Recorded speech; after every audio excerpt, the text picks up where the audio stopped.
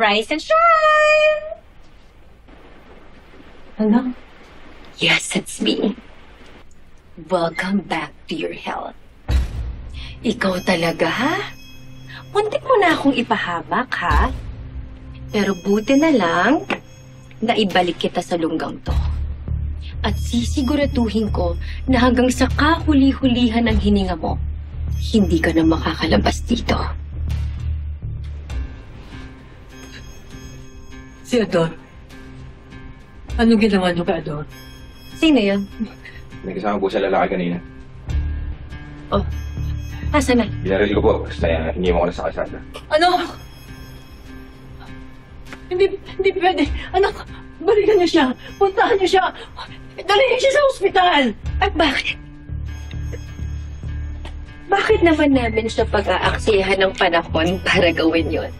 Tatay mo siya.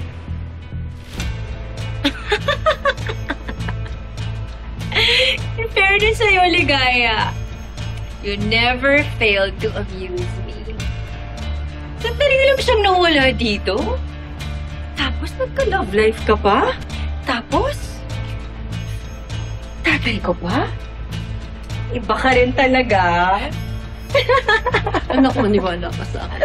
Nagsasabi ako ng totoo sa'yo. Nakwento niya sa akin yung kondisyon niya sa pag-iisip.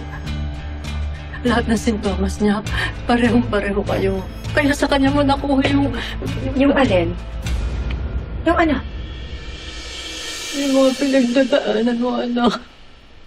Hindi ako baliw! Look at you. Una, you abandon. And then you lie. Tapos ngayon, you're making up stupid stories and telling me na may problema ako sa utak?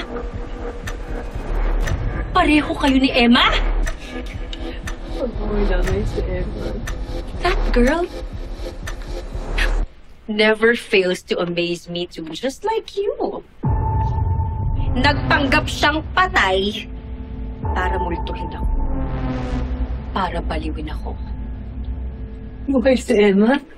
Unfortunately, buhay pa siya. Pero wag ka muna mag-celebrate. Because I'm still out to get your favorite daughter.